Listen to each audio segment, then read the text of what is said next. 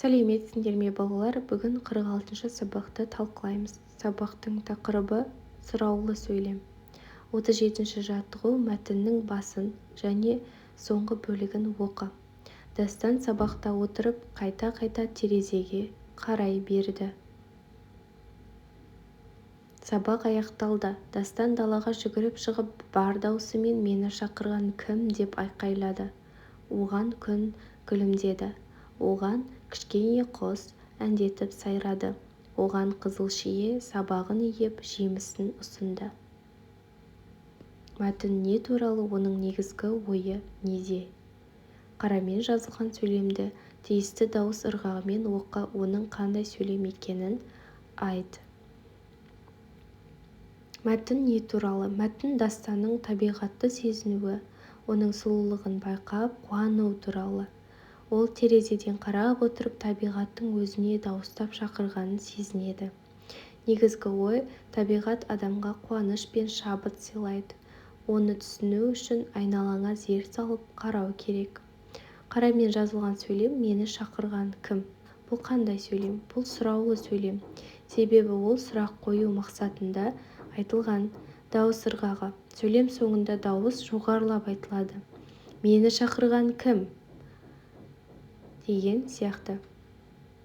Тапсырма түсінікті болса, келесі тапсырманы қарайық.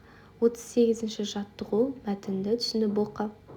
Ақтелпек кемпір қосақтың суретін салғысы келді. Ол дереу ақ қағаз бен бояу қарындаштарын алып сурет салуға кірісті.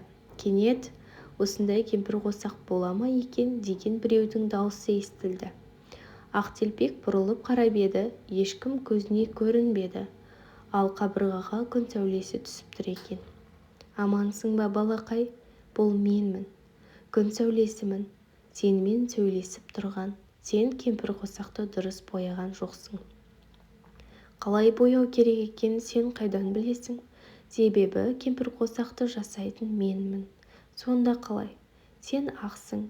Ол болса түрлі түсті ғой. Мен әншейін сырт көзге ғана ақ болып көрінемін. Ал шын мәнінде менің бойымда бірнеше түс бар. Қызыл, сары, жасыл, көк, көгілдір және күлгін. Балалар, тапсырмалар беріліпті, бірге орындайық. Мәтіндегі сұраулы сөйлемдер. Осындай кемпір қосақ бола ма екен? Қалай бояу керек екенін сен қайдан білесің? Сонда қалай? Хабарлы сөйлем мен сұраулы сөйлемнің айырмашылығы. Хабарлы сөйлем бір жағдайды, оқиғаны хабарлап, дауыс ырғағы бәсеңдеп айтылады. Мысалы, Ақтелпек кемпір қосақтың суретін салғысы келді. Ал сұраулы сөйлем сұрақ қою мақсатында айтылады. Дауыс соңында жоғарылап шығады. Мысалы, осындай кемпір қосақ бола ма екен?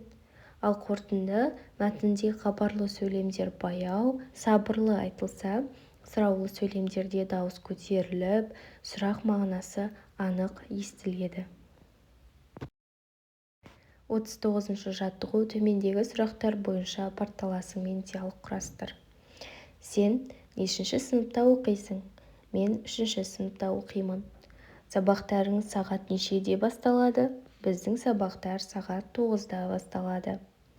Сабақтан кейін не істейсің? Сабақтан кейін үй тапсырмамды орындаймын және достарыммен ойнаймын. 40-шы жаттығу. Хабарлы сөйлемдерді сұраулы сөйлемдерге айналдырып жаз. Толқын кітапханадан кітап алды. Толқын кітапханадан кітап алды ма? Ол көп оқиды. Ол көп оқи ма? Әжесіне ертегі оқып береді. Әжесіне ертегі оқып бере ме? Міне осылай сұраулы сөйлемге айналдыруға болады. 41-ші жаттығу. Суреттер бойынша бір-біріңе сұрақ қойыңдар. Айдана, суретке қарашы. Партада отырған бала не істеп отыр? Ол кітап оқып отыр. Ал сөмкесін асынған бала қайда бара жатыр екен? Әрине, ол сабаққа бара жатыр. Доп ұстаған бала не ойнап жүр деп ойлайсың? Ол достарымен футбол ойнағалы тұр. Домбыра ұстаған қыз не істегелі жатыр? Ол домбыра тартпақшы сияқты. Ал ана екі қыз ше не істеп отыр? Олар партада әңгімелесіп отыр. Балалардың барлығы өте белсенді екен. Иә, бәрі өз істерімен айналысып жатыр.